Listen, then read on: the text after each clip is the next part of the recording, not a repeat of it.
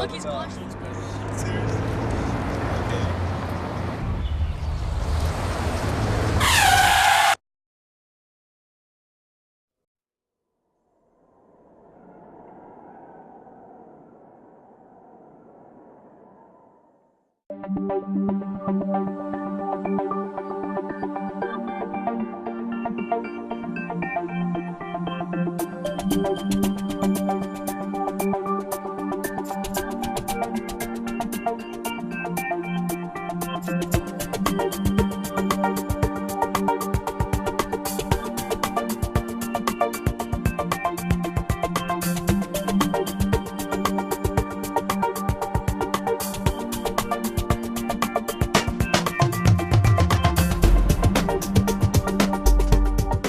Welcome to This Week with Sheriff Dave Phelan, a weekly program here on LSN Television, and we're also carried by a number of our radio affiliates throughout Fairfield County. Do appreciate you, the viewers and listeners that join us each and every week as we have guests from within the Fairfield County Sheriff's Office and also throughout the community.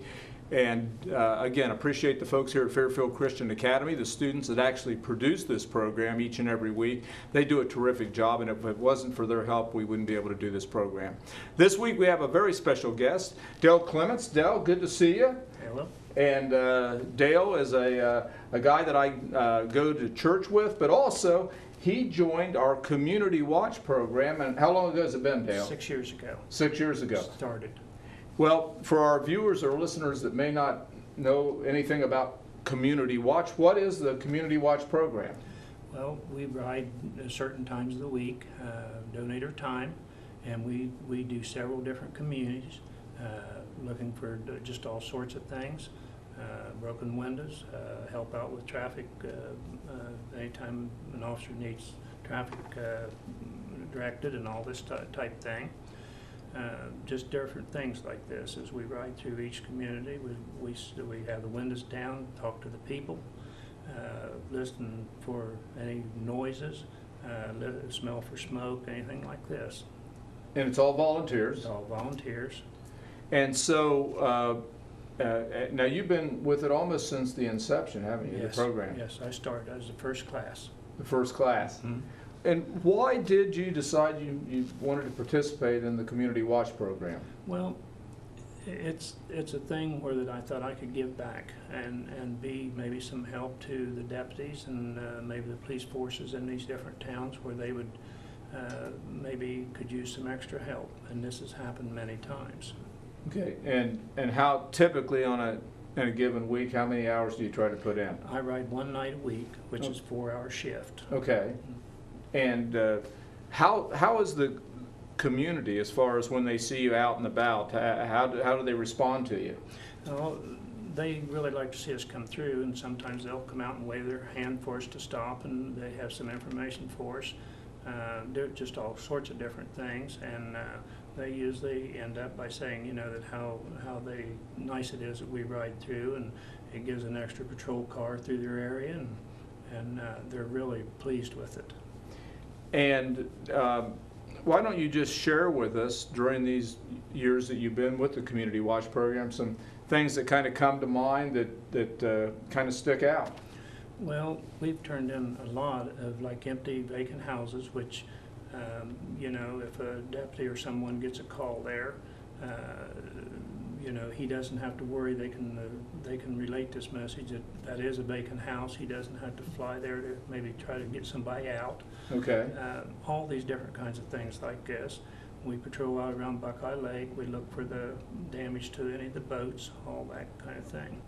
And you also, if people lock themselves out of cars, Yes, you help them get in? we've got pretty good at that. I bet. Yes. In fact, it was last week that I got a nice letter from a lady, and she said that she was locked out of her car, and some Community Watch guys, and she didn't even get their names.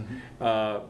They came along and got her in her car, and she was nice enough to send me a letter, and she doesn't know who they were, but again, I get those comments all the time. The other thing that people have told me, Dale, is the fact that many times the community feels more comfortable talking to a Community Watch person than maybe just a deputy or police officer. Well, they've got to know us now, as we've ridden through there for 6 years, and they feel comfortable telling us about anything. So, because the next thing, we don't ask them to sign anything or anything like that. And they feel real comfortable talking to us, and they'll tell us anything that's on their mind. And I guess the next question is there, as far as age limits, is there any age limits on, I think we try to make sure people are 18, but it can go up just about any age, right? As long as people Yes. feel like it. Yes, yes, I'm 76, so I still. Well, you look great. I didn't know that. Thank you, yeah. But yes, any age. I think we had one person on there who was close to 89 for a while. 89 on the Community Watch Program. He was an ex-highway patrol.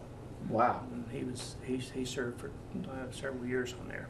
And I might also add that if there's anyone that's interested in the Community Watch Program, just give us a call in the Sheriff's Office. We typically try to have one, maybe 2 classes a year, depending on the level of interest. And now I think we have around 90 members, although not all of them are as active as we would like, but we do have about 90 people, and some are out there quite a bit. Mm-hmm. Yes. I see the cars sometimes as I'm just on my way to work and different things like this. I'll see a community watch vehicle out. And but yes, we travel all the towns around here and cover a lot of Fairfield County. Now you do this an evening a week. What else are you involved with? I know you do a lot of different things in the community, Dale. Well, And you work too, don't yes, you? yes, I work. I'm a builder. I build houses and do a lot of things like this. And you know, anything that I feel that would be helpful, I usually try to get involved with. And you do a lot of volunteerism here at the church. Yes, yes, I'm a deacon here, and I serve almost every Sunday. And I enjoy doing things like this. And again, it's just another thing of being able to give back. Right, right. The Lord's been good to me. Now, you know, a lot of people out there, they get 62, 65 years old, and they think, well, I kind of think it's time to retire. But here you are at 76, looking great and still going strong. Why do you do that? Well, I want to stay in good shape, and I feel good, and I just don't want to go home and sit down. I mow about 2 acres every week, and just a lot of different things, but I stay pretty active with a lot of stuff, just different things. Now, do you typically, when you're going, you go out and patrol in the community watch, do you go with another partner? Yes, I have, my main partner is Ron Conkle, and Okay. we've ridden together for several years, almost the beginning. Okay, so you probably made a lot of nice friends. And what about some of the deputies? Have you ever ridden with any of those Yes, deputies? right back at the beginning I had ridden with some and liked that very well. They did a nice job. So I told them when I got in the car, I said, no, I'm not here to make a report on you, I'm just here to learn. Some of the incidents that you mentioned earlier that have come up, one in particular in which you actually were honored by the Sheriff's Office and the Lancaster Fire Department, and this is something that actually saved an individual's life. Why don't you tell us maybe the training that prepared you for that, and then actually what happened at that Wendy's? Yes. Well, I want to thank you, Sheriff Phelan, for the excellent training we get in life and this life CPR, and also in some of the defense stuff. And you have an excellent program for us. And it was I'd had the training in the beginning, but just about a month before that, I had upgraded it, and there was a lot of changes. And I think if I hadn't had that, I'm not sure the results would have been the same, because I was able to do this, no one else there to step up and do this. And as soon as I saw the problem, I had my son to help me get him on the floor. And this was a person that apparently had gone into cardiac arrest? Yes. He was sitting right in front of me with his back toward me, and when he first started to fall over, his family was with him. I said, is he choking? They said, no. So I told my son, I said, get him on the floor, he's having a heart attack. So we started CPR, and about halfway through, he started to turn blue. So I said I had to do it harder and faster, and the blueness went away, and I probably did the CPR for about 8 to 10 minutes before the squad got there. And this was actually at a Wendy's? Yes. Was it here in town? Or? Yes, the one where they're building a new one. Okay, they're right there on 33. Yes. Mm-hmm. Wow. And the other thing that I've had an opportunity to meet that gentleman, this is an individual up until this time was in perfect health. Yes. No signs at all. Mm-hmm. He had given, over his past 25 or 30 or so years, he had given 50 gallons of blood. And so he was naturally telling me what a great thing I had done. But I told him, I said, you know, it sounds to me like you've also done something great. I said, you may have saved 50 people's lives. Well, he said, I never looked at it that way. And so at least the fire personnel that arrived at the scene, the Lancaster Fire Department, said had you not done that, he may have very well not made it. Yes. They said that normally when they arrive, there's no one doing anything. He said, and a lot of times it's just too late. And I noticed you have a hat? Yes. Got that from the cardiovascular surgeon yesterday, and he wants to become a part of our community watch thing, sponsoring one a month CPR classes here at the church. How important is it, Dale, when you talk to our listeners and our viewers out there, to know how to do CPR? Well, you need to be able to learn to do this right, because if you don't, you will not be able to do it in many cases long enough, because it is a tiring thing if you don't do it right. Okay. But with this training, the new training, it works very well, and I was able to do it for that period of time. And having had a similar situation a number of years ago, unfortunately the person that I had ministered to passed away that evening, but it was the same thing. My wife and I were at Bob Evans, actually on Bryce Road. A truck driver was actually sitting at the counter, collapsed, and myself and another lady there administered the CPR.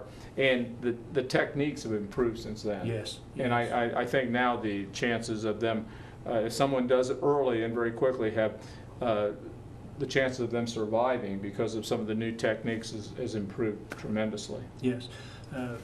Dr. Sinhall was telling me yesterday when I was talking with him, he said that, you know, to be able to do this out away from the hospital was something really that, you know, you had to do really quick and really get on it, because you have no other medications or oxygen or anything to help support anything. So he said it's strictly what you're able to do with the CPR.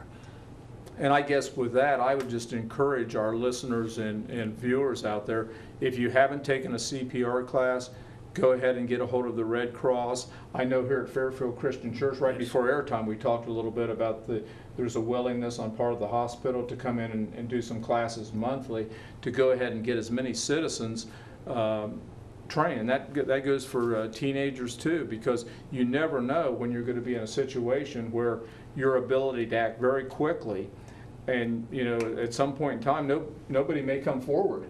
You may be in a restaurant, nobody knows what to do. You may be traveling with a loved one, or maybe somebody at home, and all of a sudden they go into a cardiac arrest.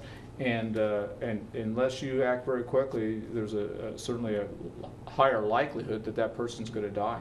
Yes, this is one of the main things, because I know I've driven for 60 years accident free, and I know that what in the back of your mind you always think, well, something happens, there'll be a deputy or there'll be a highway trooper or somebody right here.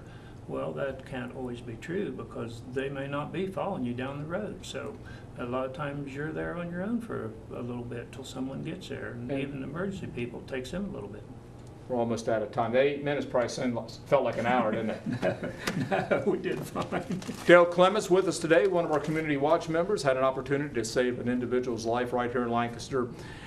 The clock on the wall says we've got to go. Appreciate you, the viewers and listeners that join us each and every week. Until next week, same time, same place. God bless, and we'll see you right here.